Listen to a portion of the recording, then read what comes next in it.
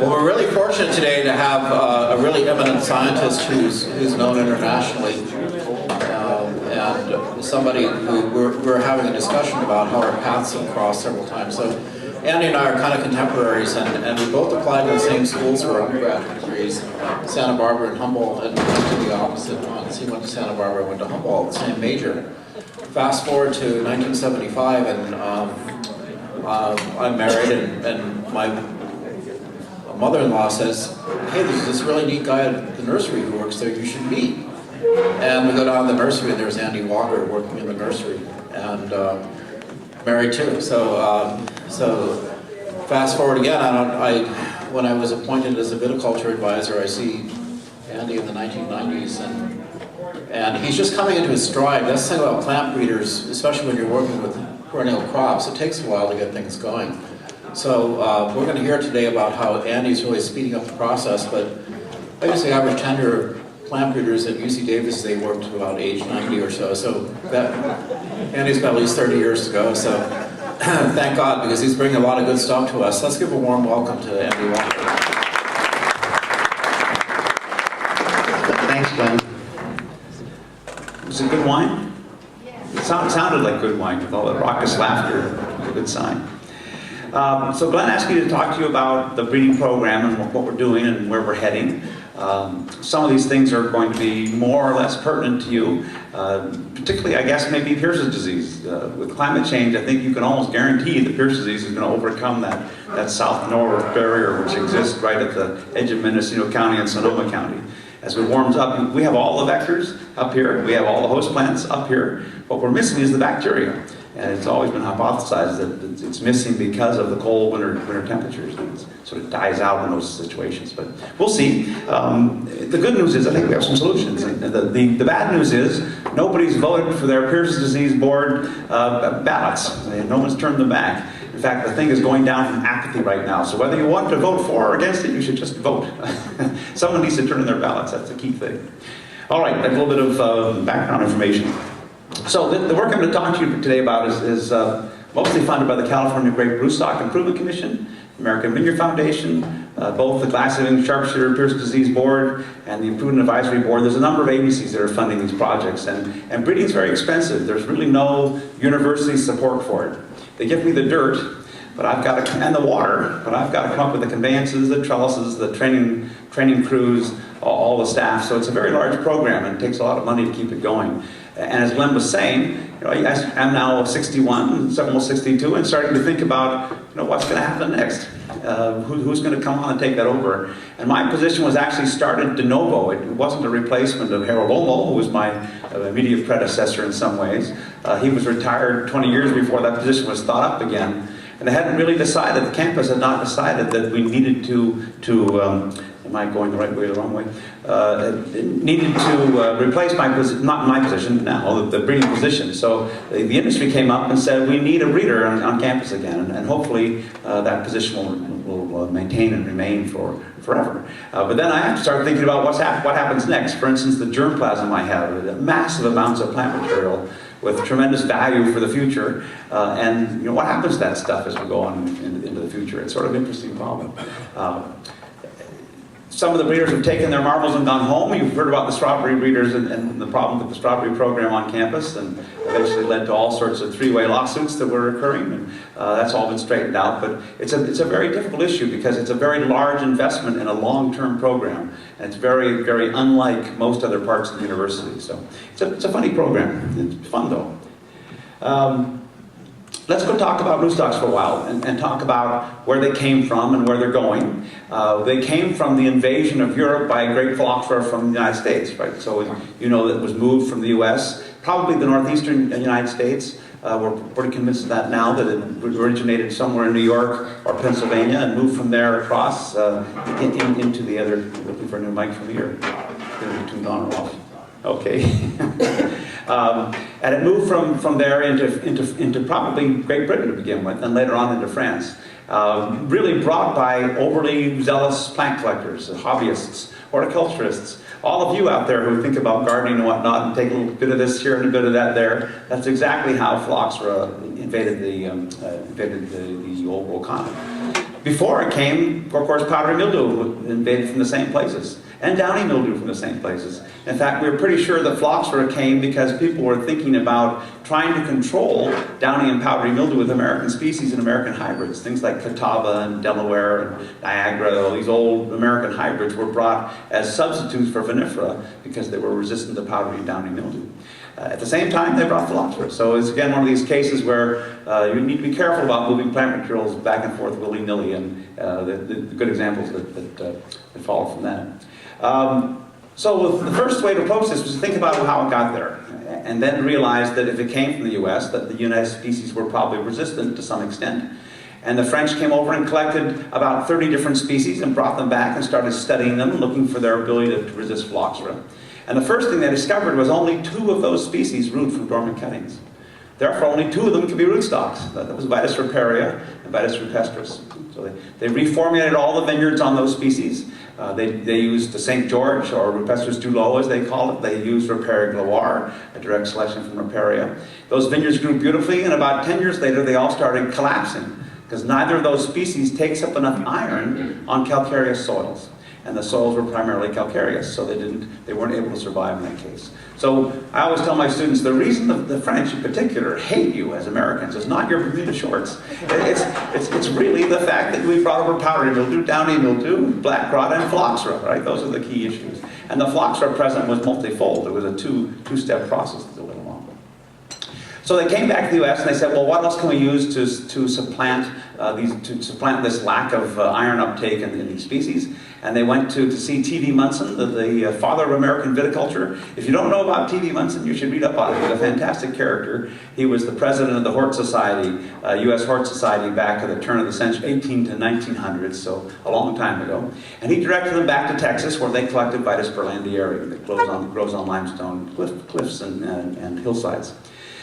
Unfortunately, berlandieri does not root from dormant cuttings, so they had to hybridize berlandieri with riparia, berlandieri with rupestris, and those are all the rootstocks we use today. And they're all 100, 125 years old. There's been almost no advance in rootstocks of substance over those years. It's a very strange phenomenon.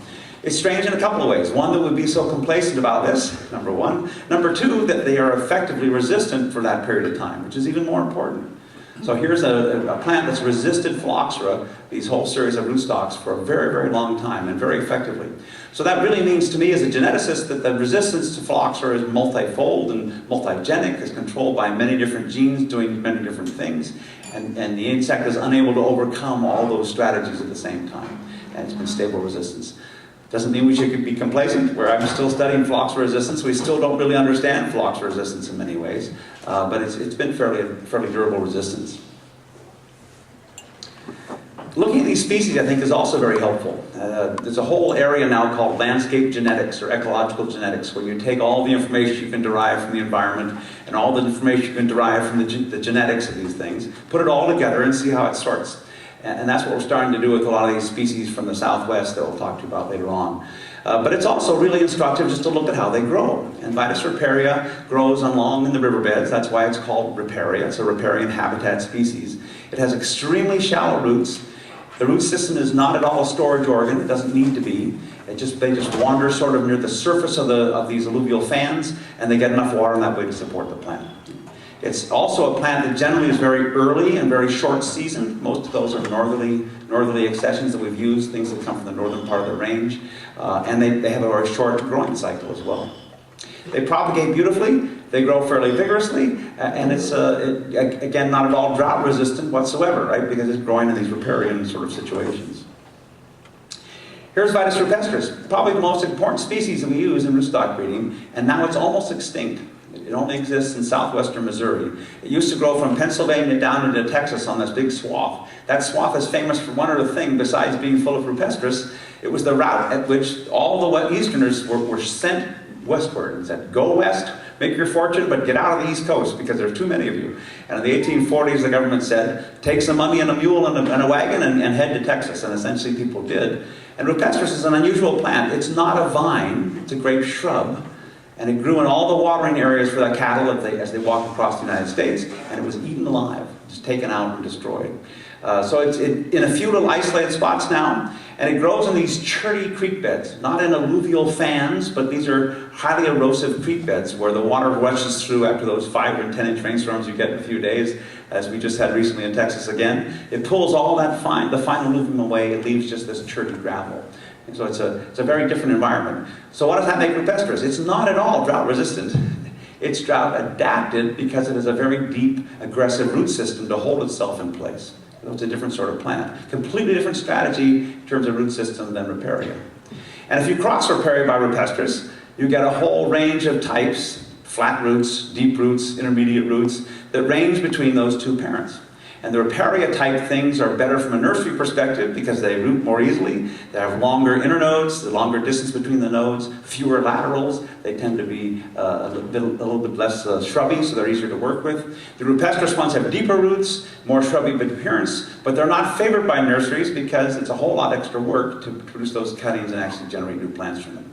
But you can go all that whole range. And a good example would be 10114. Which is now not on my high list any longer. It's probably one of the worst rootstock choices we've made for California in a very long time. Ideal for soils, maybe up here, alluvial fans with lots of water, lots of rainfall, no drought stress on them. But when you start adding drought stress to 10114, it's a serious problem. It behaves very, very peculiarly in many different ways.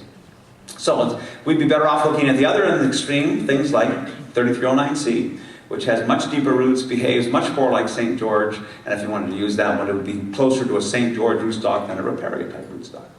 Unfortunately, it doesn't resist nematodes as well, and in fact, at all. It's a very difficult plant to use against most nematode species. So they all have pluses and minuses. There's actually no silver bullet in the world of viticulture, it seems, as you probably already know. Here's Vitis berlandieri growing in Fredericksburg, Texas, a central hill country area just west of Austin.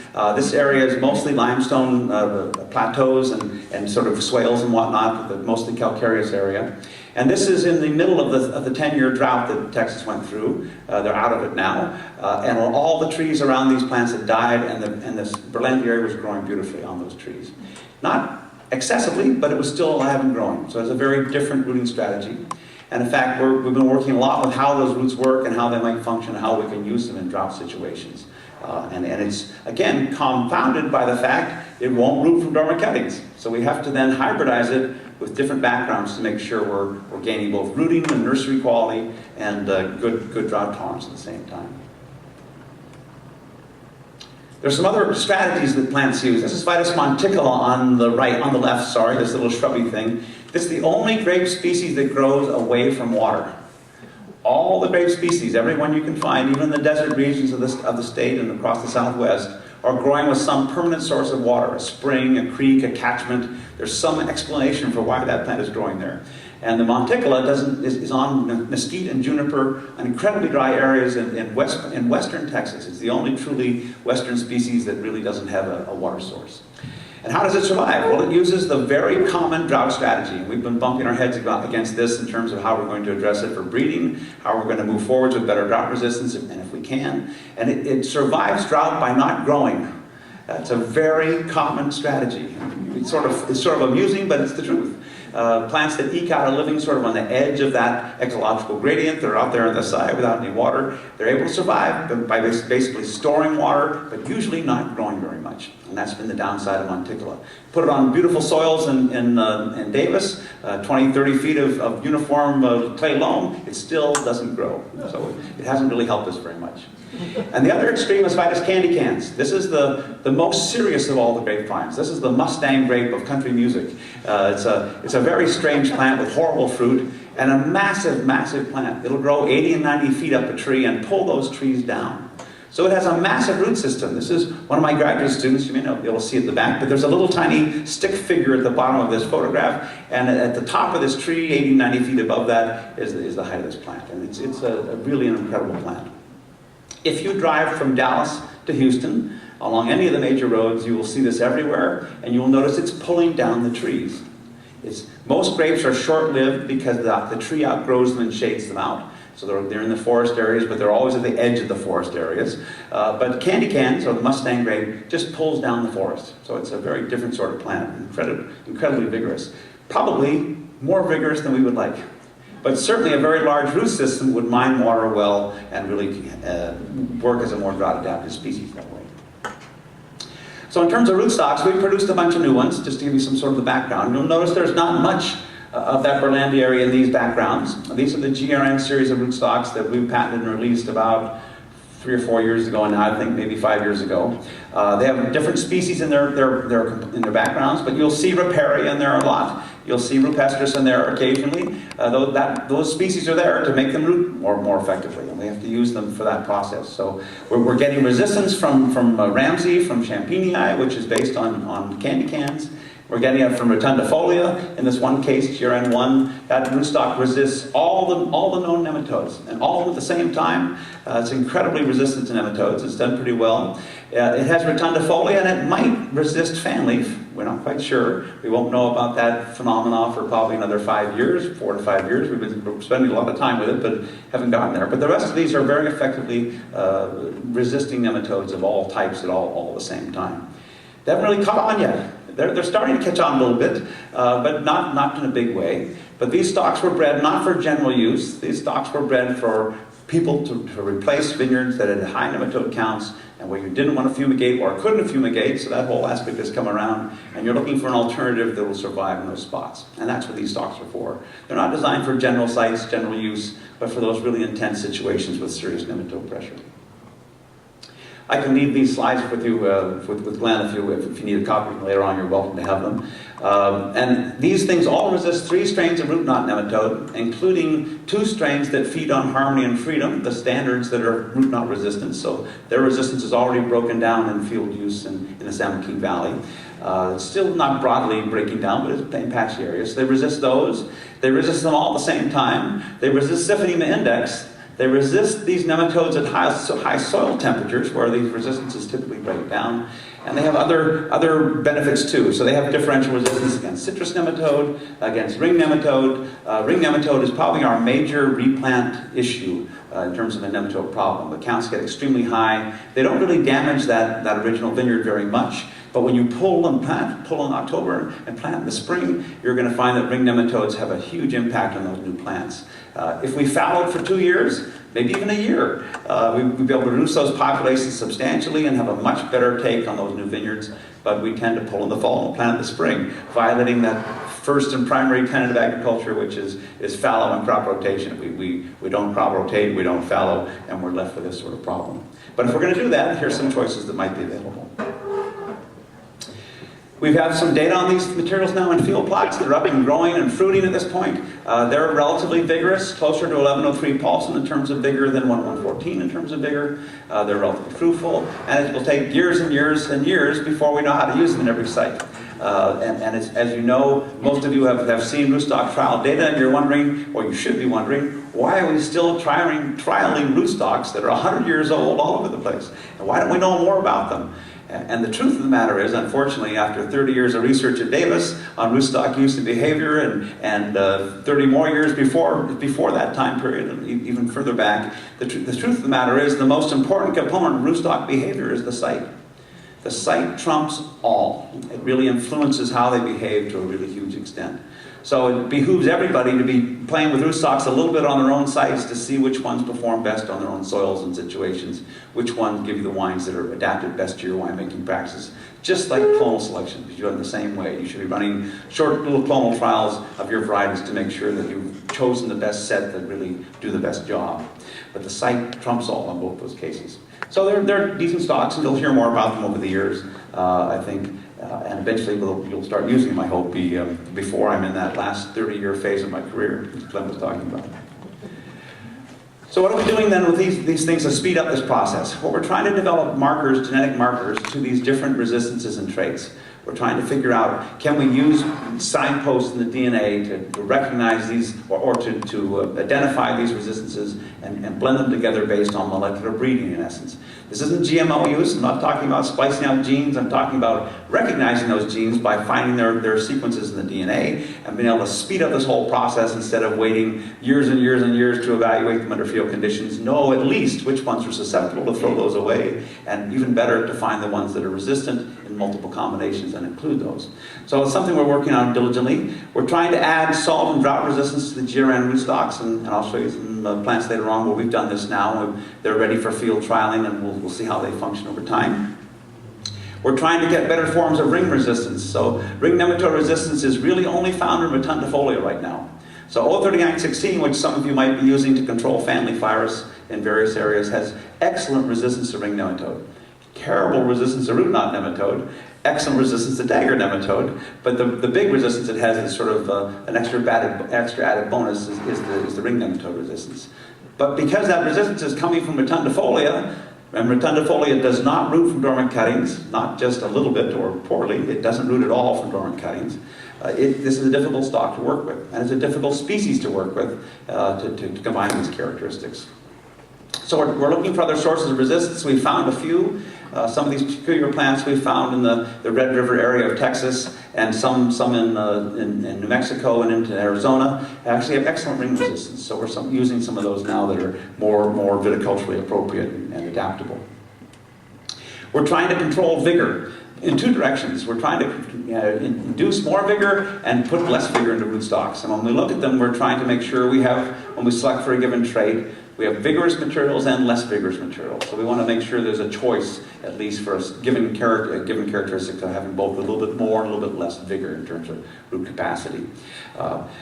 These plants get to the point where we're happy with them, and we put them in a campus field trial now. So these plants are in a trial with sort of biomarkers. We're using 10114 and level 3 Paulson to see how these plants behave in relationship to those rootstocks. And we irrigate them to make sure that we can see a difference between 101 and 1103. So they're drought stressed to some extent, so we can really accentuate those. And we can sort of grade them between those two extremes. Then they go to Foundation Plant Services, where they bulk. Well, that process may speed up. Right now it's fairly slow because they have to go through woody indexing. So it takes a couple years before, when we're happy with them, to get them through that program. So we generally send them to FPS before we're fully happy with them. So there's sort of a preemptive strike there. And then we come back and we start looking at their behavior, and they go to the nurseries. And there's the limitation is right there on these materials. They go to the nurseries, and well, how many plants does the nursery have? Tens, hundreds, or thousands? If they have thousands, they can provide enough material for most orders. But if they just have a few plants in each one, they don't have enough material to actually provide any acreage of these things. So it's sort of a frustrating process as you go along as the breeder to see where these key bottlenecks are and how you might have to overcome them at some point.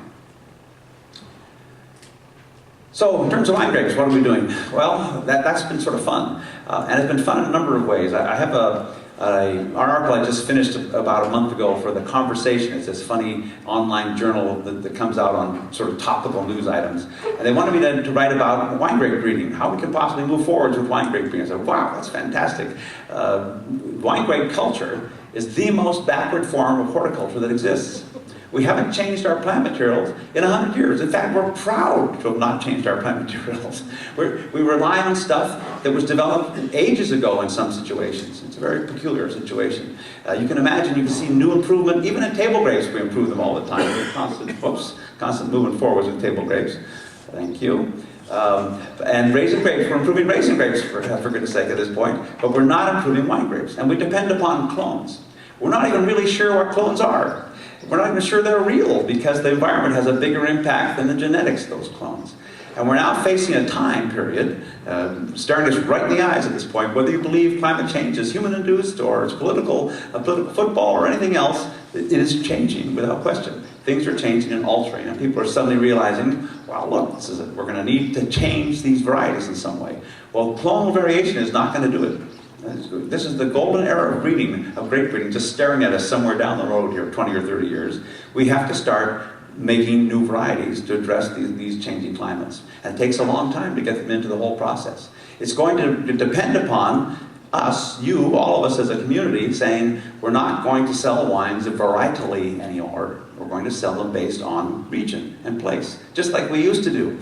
So back in the olden days, 50 years ago, we could take any variety we want, use the ones that grew best in a region, the whole suite that grew best in a region, blend them all together, make the best possible wine you could, and sell it well in the market.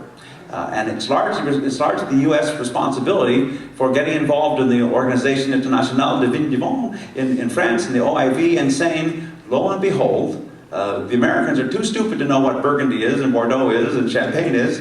We need to tell them what it is on the label.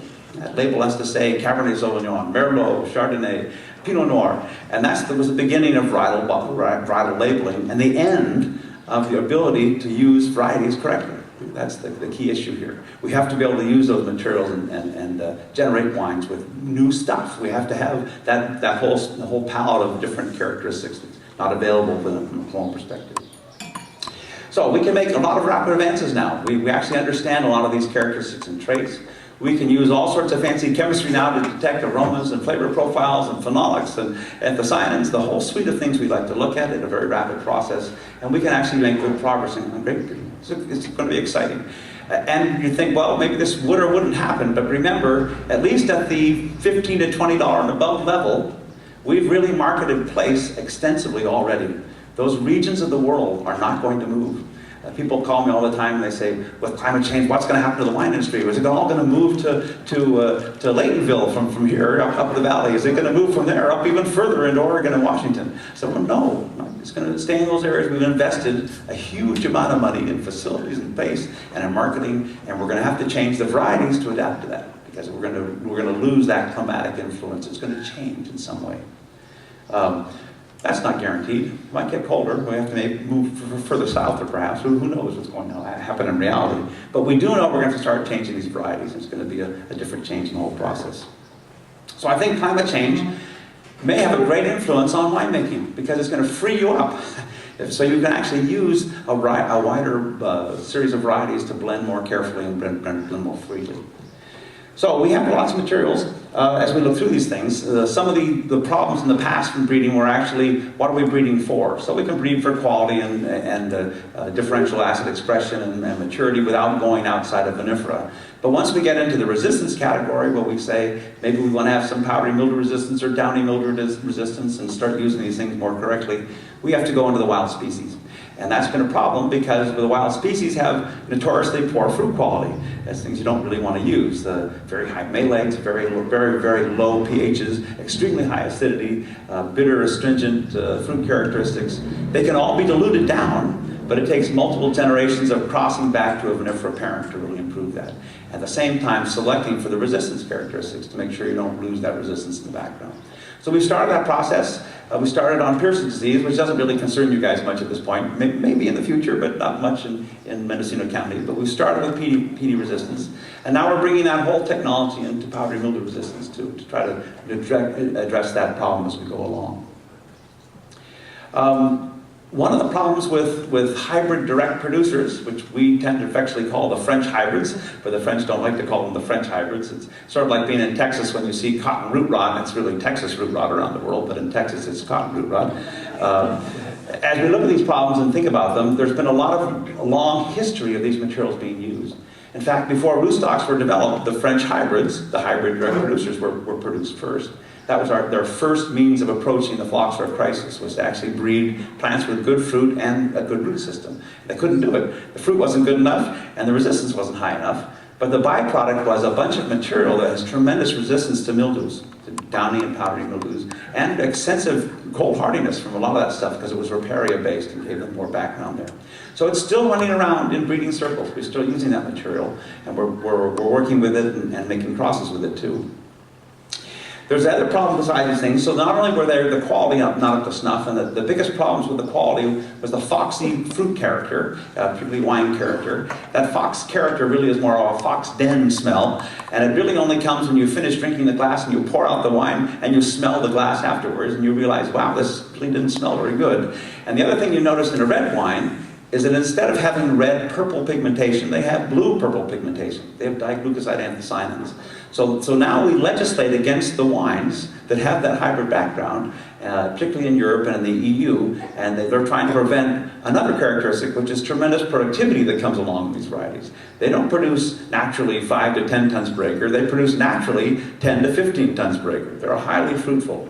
So they were overproducing and outcompeting the vinifera varieties that they used after the phylloxera crisis and outcompeting those vineyards. They were legislated against 100 years ago, and that process is still in place. So one of the things that's problematic about these new varieties coming out is how are you actually going to get them past this international conspiracy against breeding, from my perspective, and from their perspective, this international legislation that says you really can't bring these wild species in because it's denigrating the quality of vinifera. So that's the next hurdle to pass, and I'm not sure how that's going to work out, but we'll see. So I think resistance breeding is coming along. Probably not a lot of you have looked at the DPR website, the California Department of Pesticide Regulation, but you all fill out their forms and document how much sulfur in particular you're using, how many fungicides you're using. And if you were actually a little bit on the other side of the non-agricultural fence and you said, gosh, I'm going to look through and find out who's using the most pesticides in California, and lo and behold, it's viticulture by 100 orders of magnitude. It's because of our preventative and prophylactic use of fungicides to keep mildew down. We can't survive otherwise. And it's true around the entire planet. And there's a little bit of upswelling against it now. People are starting to recognize that this is a problem. And in Europe now, they're legislating against copper.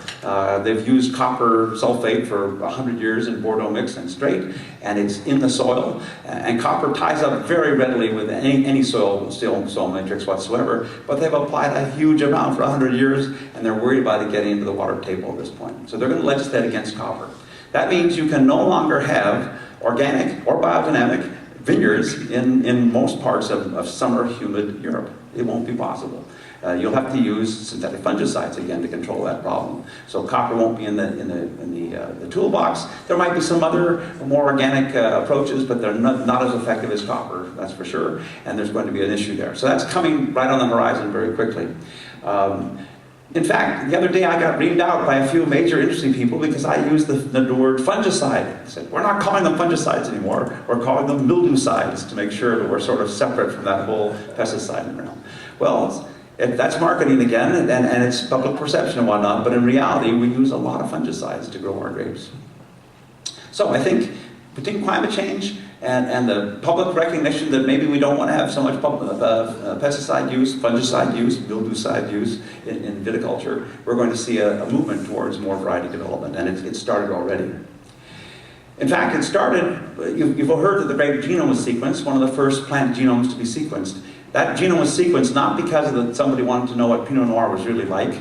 It was really sequenced because the French and the Italians and the Australians had spent tens of millions of dollars, probably 20 and 30 million each, trying to figure out how to take mildew resistance genes out of resistance backgrounds and engineer them into vinifera grapes. And to do that effectively and finally, they needed to have the sequence of vinifera.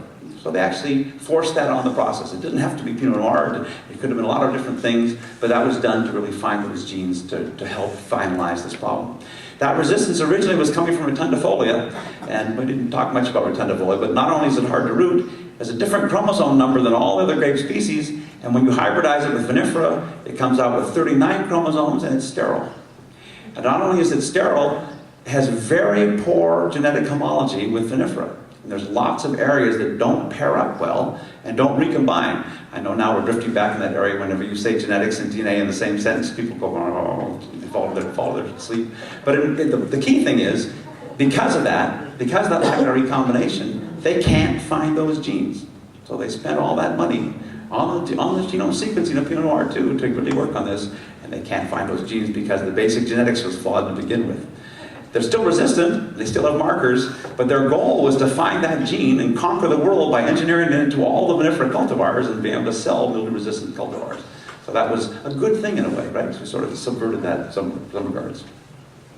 So if we go back to PD resistance, we started with a variety called Lenoir. In fact, it's still being grown in the US. It's grown here. If you go to older blocks, any older block from the 20s or 30s has Lenoir in it virtually in most parts of the north part of the state. And it was used as a teinturier, mostly in Zinfandel, old Zinfandel blocks. It was there with Grand Noir and Petit Boucher and a little bit of Alicante Boucher, and Lenoir was in there. And Lenoir is a Estivalis, an American species hybrid by vinifera. It was made accidentally, it wasn't created probably was a happenstance that occurred. And it has very good resistance to Pierce disease. But that resistance is multigenic, so it's hard to control and understand, and it's not all that strong, and the wine is not all that good.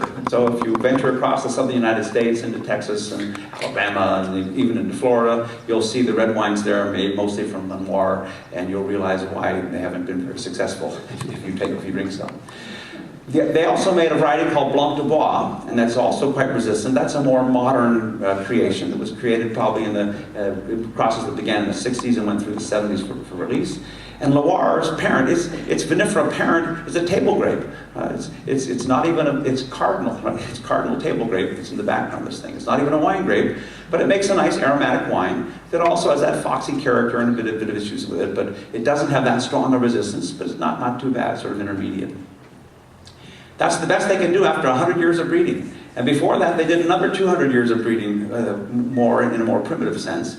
And the problem was that all those resistances were controlled by multiple genes. It's a very good thing from a pest resistance perspective because it's broadly based and not easily overcome, but it's extremely difficult to breed with because you can't make a lot of progress in each generation. That's the issue. So instead of getting a large number of seedlings with resistance that you could look at for the best fruit quality, you get a very small number of seedlings with resistance, and none of them have very good fruit quality at the same time. So that's what's hindered breeding for these materials. Well, we were lucky enough to find a resistant source in Vitis arizonica, one of these southwestern species. This form actually coming from Monterrey, Mexico, that Olmo had collected years and years back, with a single dominant gene for resistance. So it's very easy to cross it into vinifera. And when you make that first cross, it's 50% vinifera resistant. If you cross it back to vinifera again, it's 75% resistant. If you cross it back again, it's 88%. If you cross it back again, it's 94%. If you cross it back again, it's 97%. It's going back to that old physics problem is if you go halfway to the goalpost, will you ever get there? And the answer is no. So eventually you have to stop, and we decided that 97% is enough. And we've done this now and back-crossed it in many different backgrounds. We have hundreds of selections now to work on in terms of wine quality as we go along. We know what that gene is, but most important, actually we don't know what the gene is. We know what the area where the gene is, but we don't know what that gene is really doing. It turns out that it's one of these genes that turns on and off a resistance pathway. We call them elicitors or promoters of defense response. And the resistance, we're not sure how it functions, but this gene triggers it. It's a little bit unsatisfactory from a useful perspective because these genes are very, very highly mobile and alterable. They're evolving all the time, and they're very difficult to put your finger on in many regards. So it's been a bit of a problem to figure what that is and how to use it. So if we could find that gene, we could genetically engineer it into vinifera. We could make one change, put the gene in, we'd be done. There'd be a grape gene in a grape, but it would be a GMO. It would still be a grape gene in a grape, and it'd be one way to solve the problem. We don't have to do that, actually, because it's cheaper, faster, and better to do the whole thing classically. And that's what we've done. We've taken that resistance locus, now the whole area of the resistance, not just a little piece, and we put that into vinifera. And we have now the plant material is largely vinifera with this whole resistance characteristic. So in that case, maybe it'll be more stable and won't break down as quickly and be more functional. And we think we've actually found that it is. I won't show you this, or this either, because it's all statistics and you don't really need to look at it. But we have found that gene. And I have a postdoc who's been working this for 4 years now. And she took that gene initially, the one that turns things on and off, and put it in tobacco. And tobacco is susceptible to Pierce's disease too. And went through a year-long process to get it in there, and it doesn't work. We took it out, we put it into vinifera, into Chardonnay. Year-long process again, and it didn't work. So it's actually not one gene we found, it's 5 genes. We don't know which one's important. We don't know if 1, 3, and 5 need to be in the same background, or if just 1 is working or just 5 is working. It's a really complicated problem that turns out to have 5 factorial possibilities. It's a big number. It's more than we can ever accomplish in a lifetime, in essence, of testing. So it's going to be an issue at this point. Nonetheless, we're still working on it, and we've gone back and found grape genes that turn this gene on. Turn the gene that turns things on and off on. We found that one as well and put it in a whole cassette of these materials, and we're hoping that it's still going to work.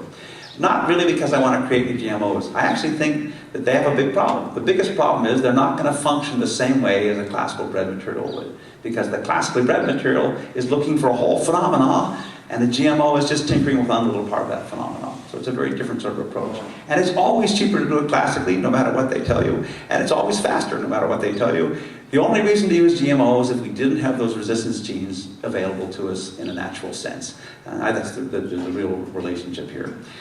So that's my prejudice. Take it or leave it. We are able to select for this gene by using those markers. And again, we've used it to go through those generations very quickly.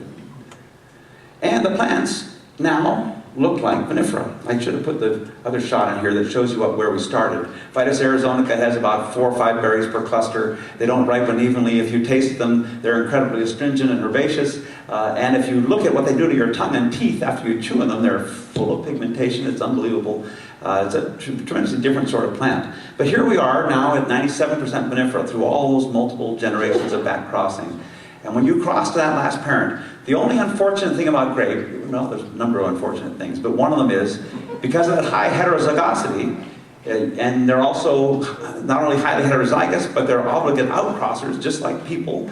They're not self-fertile, so they have a lot of heterozygosity. If you self them to the same parent, it's just like marrying your brothers and sisters. You don't get very viable progeny, or any progeny in some cases. So you have to change the vinifera parent each generation.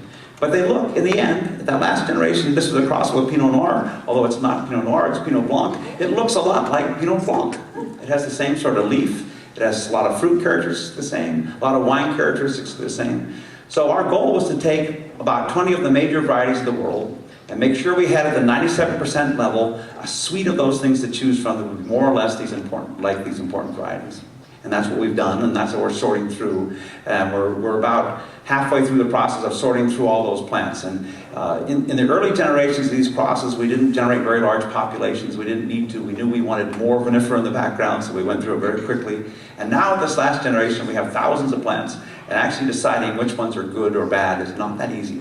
So it's slowing things down. We have to make wine from them. That means they have to be duplicated, replicated a number of times. They have to be enough fruit for us actually to ferment a decent-sized lot. And then we have to evaluate them for a couple of years. So it's really more like a 5- and 6-year process in this last step, rather than the original 2-year process to get these things crossed through. But they're beautiful plants. And now the difficult part for the breeder is, how do I throw these away? Which ones are best? So if I went to the university and said, I'm now finished a plant, here I'll show you one in a second here we're trying to release now. I finished this process, I'm ready to release these varieties, and the university says, well, we'll pay to have one patented and released. I said, well, I don't want one. I want 10 or 20 or 30 or 40. I mean, if I talk to a winemaker, they say, oh, we want all of them. We want all 100 of those to play with and to see which ones work the best. If you talk to the university, they say just one. If you talk to the nurseries, they say one, maybe less than one, because we really want to stock a lot of these things. It's just like having too many clones of something. So it's a very difficult process in this last step. Dealing with the patent office has been the one reason that may keep me from spending the next 30 years in this position too. It's probably the last bit for me is going to be based on the patent office. Okay, so the other thing that's important here is it's a single dominant gene for resistance. And if you read about plant resistance, they break down all the time. They don't survive for long periods of time under constant pest pressure. So now we're looking for other sources of resistance so we can multiplex those into the same background. So we have multiple single gene resistances, and we're also looking for multiple gene resistances. Those are all going into these things at that last level too.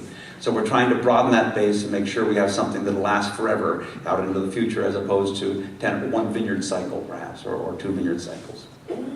So that's going on at the same time. We've been testing them all over the place. We've tested the wines at the 75, the 88, the 94, and the 97% level. And wines at the 88% level have all those flaws: the blue-green or the blue-red pigmentation, the foxiness characteristics, the more astringent characters as well. Excellent color, but quite astringent at the same time. But at 94%, we start diluting that out, and at 97%, it's pretty much gone. We don't really see those flaws in these wines. So that's the good news in that perspective. We've been making wines for these things and shipped them across the country as well. The 88 and 94% level, they've been in Alabama and Texas under extremely high pest pressure, and they're doing just fine. In fact, one of the things I'm going to live to regret is sending those plants to Alabama, because I'm going to be famous in Alabama, I think, and it's a very bad thing.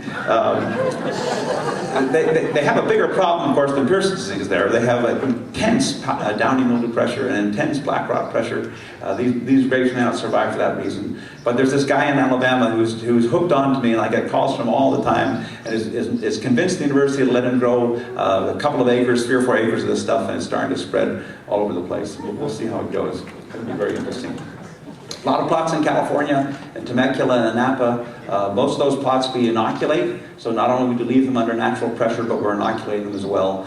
Sometimes the growers know that, sometimes they don't know that. But they're surviving beautifully, and they have very strong, so far, persistent resistance. And the next question is, which ones are going to be released, and where are we going to go from that? Here's a resistance form next to a susceptible pure vinifera. So there's a huge difference in how they grow after 1 year of inoculation. If you look closely in this picture, you'll see some funny little red leaves. This is in Yountville. Beringer has been incredibly generous for us over the last years. They have a sweep along the Napa River in Yountville where they can't grow grapes. It's really under intense PD pressure. And they've let us use that freely for the last 10 years. It's been great.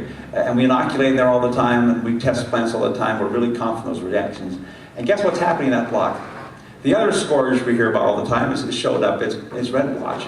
Red blotch is coming from the levee into that vineyard, into my seedlings, and it's coming from the whole planting around there, which is Chardonnay, and it's moved in from the other side too.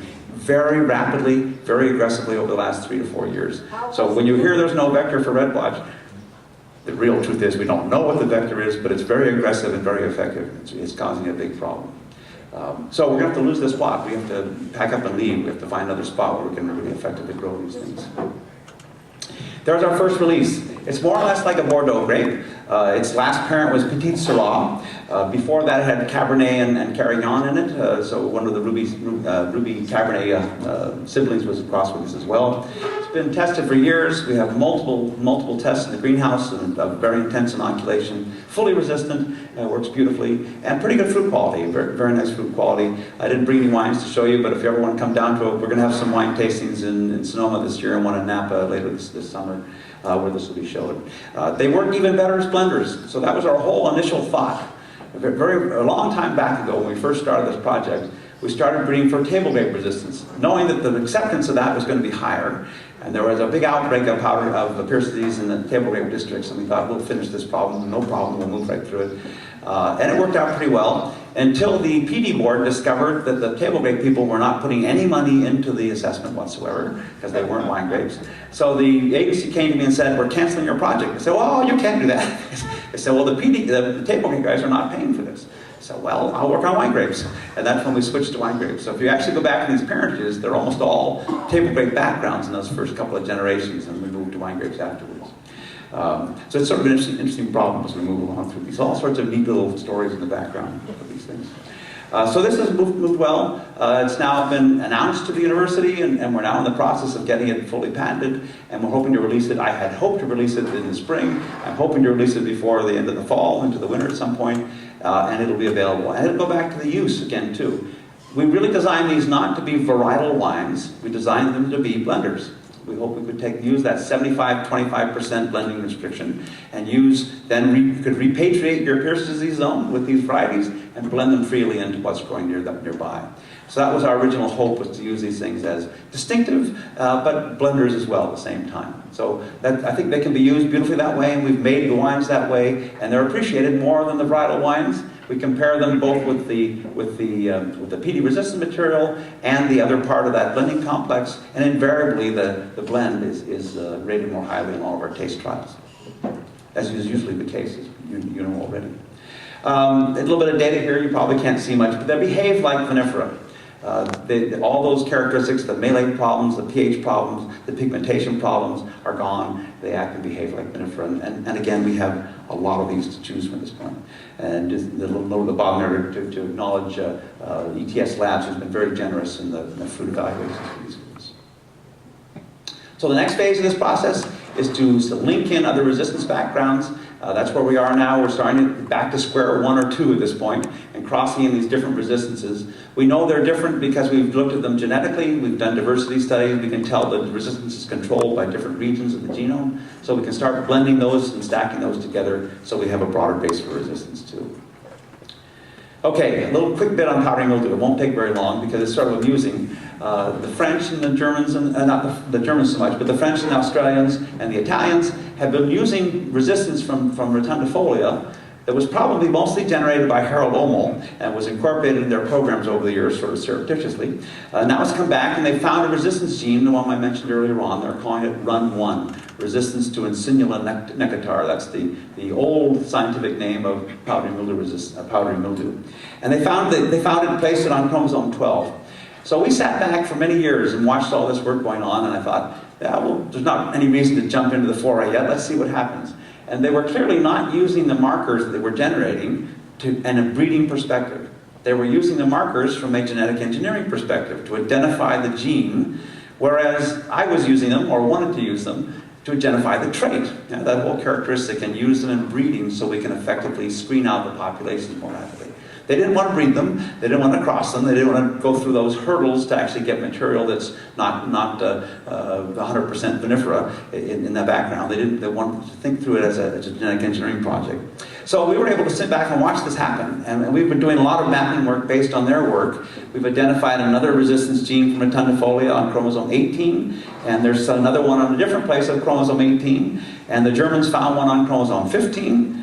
I will tell you why I'm telling you this in a second here. We found other sources of resistance from Chinese species on chromosome 18 in a different position. We found resistance in vinifera. So we did a big study. There was a study about 10 years ago from the Hungarians that came out that said there was resistance in these funny varieties from Central Asia. Carrots handle and kishmish vadkana. They don't flow off the tongue very well until you practice them for a long time. And they named that, it's on chromosome 13. And Samara Riaz, one of my technicians, and I sat down and thought, well, why don't we go through all that stuff? Olmo left me. There were literally 600 different things that he collected across all of Central Asia. And if you want to read a fantastic story, a really amazing story, look up the oral history for Harold Olmo. It's online, and read through that. It's spectacular. All of his adventures going through Afghanistan and Iraq and Iran, all the rest of the stands, getting shot, falling off cliffs, collecting all this plant material. I keep mentioning to my wife occasionally, I'd love to go back and do that. She just looks at me like I'm crazy and say, you're forbidden to do that. So that's fine. I can make jokes about it. I don't have to worry about actually going there. But we identified 9 more sources of resistance in that material. And we did this in conjunction with the French, who had another large collection of these Central Asian materials. That's pure vinifera. No diglycoside anthocyanins, no foxy characteristics, no obnoxious astringencies, no problems with malates. A very, very good quality material. So it means we don't have to do as many back crosses. We don't have to improve it very rapidly. We can go through it very quickly, and it's a very useful tool. So that's right on our hands now, too. The other thing we thought about was, here the ones that are starred are the different places in the carrots handle is up there in the top Russian star there. You know, the Soviet Union, before it was Russia again, had a big program to breed wine grapes, a huge wine grape program, to produce wine grapes that would survive in what's that cold spot again? In Siberia, exactly, up in Siberia. So there's a huge program that went through, and they found the best resistance came from these northeastern Chinese species called amurensis, and also from one of the American species, Vitis lanchii, or acerifolia, that grows up into Minnesota almost. Tremendous resistance to gold. Terrible flavor, terrible wines, and the Russians, once they decided they didn't like wine as much as vodka, they stopped the program. But that's in this process, and so we've looked at these, and the funny thing here, when I looked at that map, I said, well, wait a minute, those are the exact same locations that almost all the temperate fruits were bred. And they were almost all bred with Chinese material that was blended into Russian and Central Asian material. And people were breeding from this region 1,000 and 2,000 years ago on all sorts of tree crops. And I thought, well, maybe they did the same thing with grapes. Maybe that resistance to powdery mildew and downy mildew should come from American species because they have an evolved process of all resistance to those diseases. The disease doesn't exist in Central Asia or China. So the resistance has to come from somewhere else. There has to be some coincidental factor. And I thought it must be coming from these Chinese species that wandered in through this area, actually were hybridized in those spots. Nope, it doesn't. So we did a lot of testing, a lot of genetic work, and this is a truly unique form of resistance within vinifera to these problems. So it's sort of fascinating. I hope it's fascinating. I find it fascinating.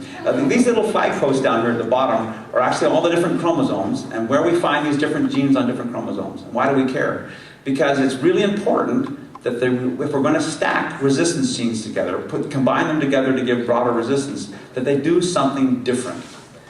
We used to think grape was a peculiar plant, but it's even more peculiar than we think because it's a polyploid. It's not a diploid. It has multiple copies of genes.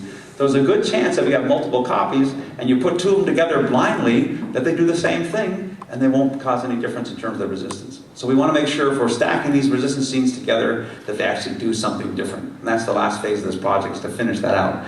And our new grape genomics guy, we just hired 3 years ago, is working on me with this project to actually identify if these genetic regions do something different, if it's worth putting them all together in the first place. It's really critical because it's going to take a lot of money and time to actually bring us through that last step of releasing new PDP or powdery mildew varieties. Okay, I've already told you all that stuff too. All right. Oops, I went right by a thank you slide. So with that, unless there's any questions, And not too many of you are sleeping, that's always a good sign. I'll finish. Thank you.